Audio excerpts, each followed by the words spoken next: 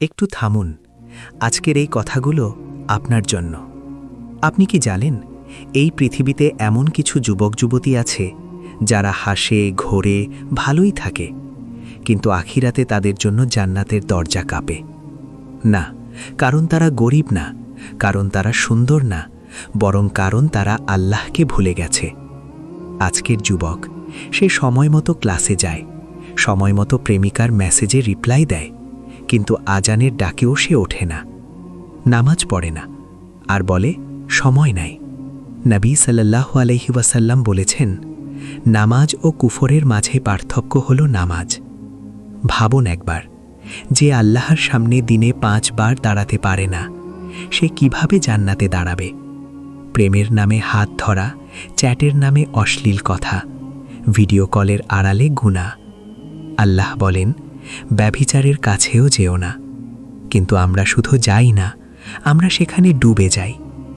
ভাই, বোন, এই হারাম ভালোবাসা কবরের অন্ধকারে কোনো আলো দেবে না। রাতে দরজা বন্ধ, মোবাইল হাতে, একাকিত্বে পাপ। নবী সাল্লাল্লাহু আলাইহি ওয়াসাল্লাম বলেছেন, চোখও ব্যভিচার করে।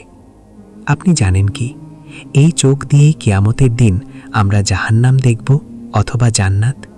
তখন এই চোখ কি লজ্জা পাবে না? মা ডাকেন, শোন। ছেলে বলে, পরে।